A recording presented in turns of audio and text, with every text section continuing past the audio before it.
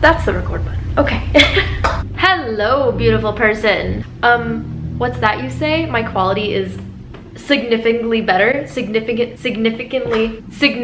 better?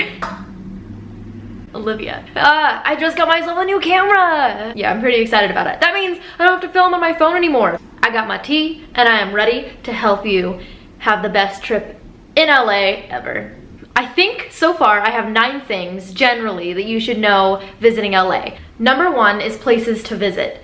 LA is huge. So when somebody says, oh, I live in LA, they don't probably usually mean downtown Los Angeles. Most of the time they mean I live generally in the area of Los Angeles. Yeah, it's just kind of like the general area, but LA is, when you look at it, it's a huge spread. It's spread completely across Southern California. And so when somebody says I live in LA, they mean in that general big mash of city and people. Of course, you're probably going to want to visit the places that are super popular, Santa Monica or Venice Beach, Muscle Beach, same thing.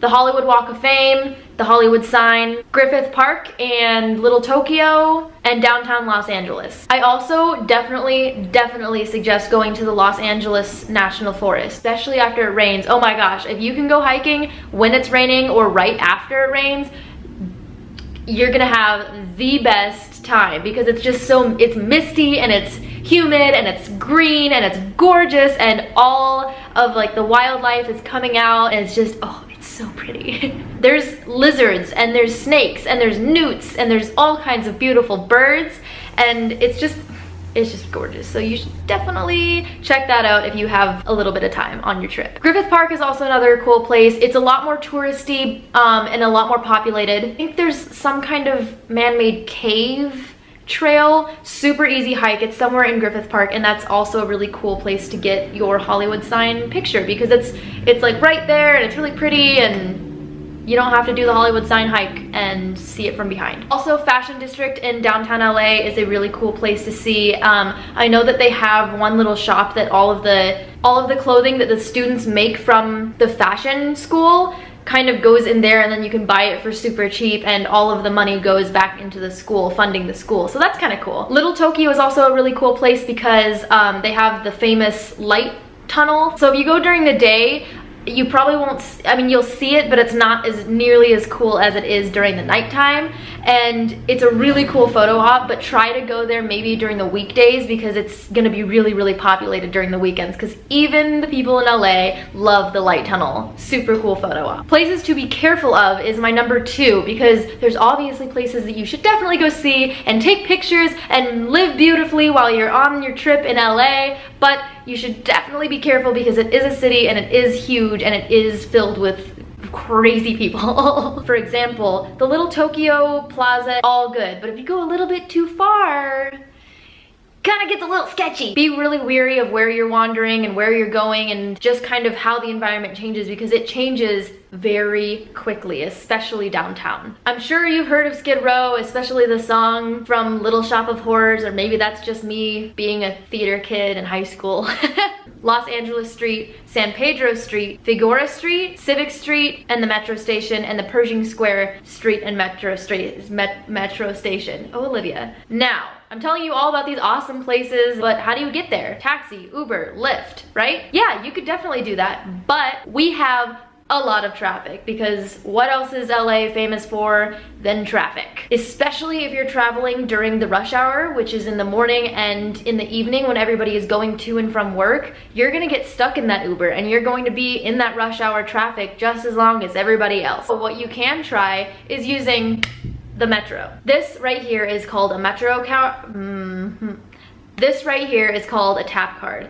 This is the Metro card that you're going to use, especially if you use the train. The buses, as far as I know, take cash, but you have to have exact change because they're not gonna give you change. If you only have a 10, you're gonna pay $10 to ride the bus. So I would highly suggest getting one of these. You can get them at the kiosk, and especially if you use the train underground, you can get them at the kiosk there, and that's where I get mine. The Metro runs everywhere in LA. It goes from Santa Monica to downtown LA to the Long Beach airport to LAX. Granted, you might have to take a couple stops or change buses or something, but believe me, it's a lot cheaper than Ubering everywhere. You will, however, need to buy this. It's only, I think, $2? I think it's $2. So when you go to get your tap card, put in the kiosk to buy this card and then also reload your trip on here. You can do a one-way trip, which is, I think, $1.75, or you can do a round trip, which is $3.50. Once you have your card, just make sure not to buy another card accidentally. It should walk you through it. You just press a couple buttons and you can use both your card and or cash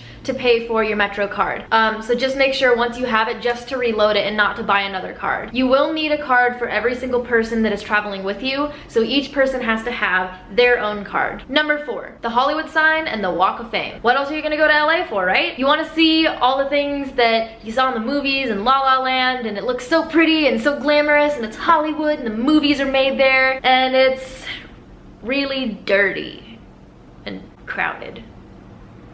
I'm not saying that you shouldn't go there, but I'm just saying don't build it too much up in your head. So first off, the Hollywood sign, the hike itself is kind of sad and boring and ugly. That's my personal opinion. It's just really dry, and I mean, I don't personally think the view is very cool. Instead of ending up in front of the Hollywood sign to take your really cool picture, you end up behind the Hollywood sign, and it's so giant where you are, it's not really a great photo op. So you just kind of have like this big gray billboard with like a bunch of pillars and a really large chain link fence. Hollywood.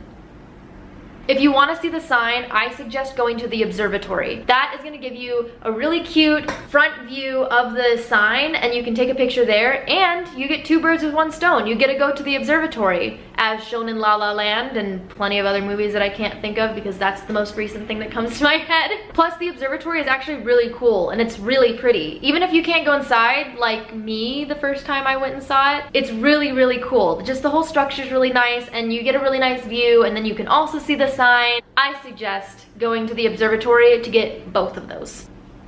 The Walk of Fame. Oh, you want to see all those stars, and you want to see Elvis and Jackie Chan and Marilyn Monroe's star. And I want to see the Chinese theater. If I can ask you one thing, please, please God, do not sit on the ground to take a picture with the stars.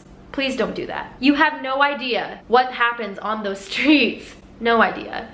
They are so dirty. You can squat and take your picture, but please don't sit on the ground. Don't touch the ground. It's just not, it's not good for your health, and I'm just putting that out there real quick. Everything is overpriced. That leads me into my number 5, tourist traps. No is gonna be your new best friend, especially when you are on the Hollywood Walk of Fame. Of course you're gonna want souvenirs. Just make sure to window shop and hop around to each shop that's around the Hollywood Boulevard, just because you'll probably find the same souvenir that was $10, $5 on the other one. Believe me, I did this because right when I moved, everybody wanted souvenirs from me. Since I used to work there, I was walking up and down Hollywood Boulevard, and there's a lot of shops that sell the exact same things. So if you have the time to make your way down one way and then back the other, and just kind of make a note of the things you want and the prices they were, you might find a better deal. You might find it actually half off in another place. When you are walking on the Hollywood Walk of Fame, everybody obviously is going to assume that you are a tourist. People are going to hand you things. Say no thank you, shake your head, and walk away. Most of these people will just kind of shove them in your face and then let you walk away. These are usually bus tours. Guys, they're not worth your money. Other than the flyers, other people will try to hand you things. Things like CDs. I don't really know what these people are doing. I don't know if it's like their view of good marketing or business or something like that. People will run up and try to hand you CDs and tell you that they are free and that they are a gift, and all they want is for you to have this for free. The second you grab it, you owe them a donation. So don't grab the CD. Don't do it. Please.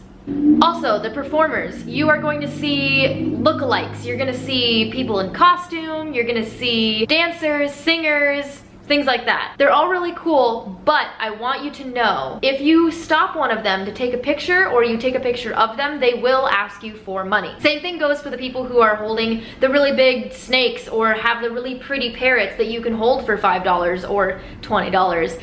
Again, it just depends on the performer's rate. Just be prepared that they're not going to tell you that you need to give them money in order to take this picture. 6, tipping services. This is mainly for my people that are not from America, that don't have tipping in their country. Just because I used to work on the Hollywood Walk as a server, I had amazing people from all over the world, but the countries that they were coming from, they don't have to tip their servers. Just a heads up for you guys, here in America, unfortunately, wait staff, servers, even Uber drivers, Lyft, they all kind of require tip.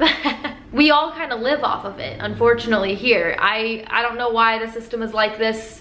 If you're having a great time, certainly do tip your server. The average tip that is expected to be left is a 20% tip of whatever your total cost is. But that's just a disclaimer for all you folks that don't have tipping in your countries. I totally get that you might not have known that, and no hard feelings. Just throwing that out there so you don't get some mean looks from some of the servers when you walk out and you're like, have a great time, and they're all like, uh-huh. 7, places to eat. This was one of the top questions I got. I suggest finding hole-in-the-wall places that, you know, a lot of the locals eat. Food trucks? Yeah, food trucks are a thing here. If you are on the Hollywood Walk though, shout out to Crepes.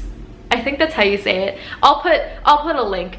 They're on Hollywood Boulevard. They were like 3 blocks from where I worked, and they have the best crepes ever. And they're not super overly expensive. They are so good, they're super friendly. It's this tiny little hole in the wall, and they have the best crepes in the world. Not a sponsor, just a supporter. Number 8, this is also for my people who are not from America. Do not see LA as all of America. Because I feel like that's what people see, you know, like that's all people see in movies, that's all people see when they visit, and they're like, wow, LA, this is America. No. All of the states have their own cultures, have their own quirks, have their own experiences and their own environments. So if you have the chance to visit other states or even other parts of California, San Francisco is nothing like LA. If you have the chance to go visit any of these other places, you should definitely do it. So many different environments and cultures and things to experience other than LA, and it's amazing. Oregon is beautiful, and if you haven't seen my vlog on it, both of my vlogs on it, I go there every year because it's just, it's gorgeous. This tea is so good. Oh my God, it's so good.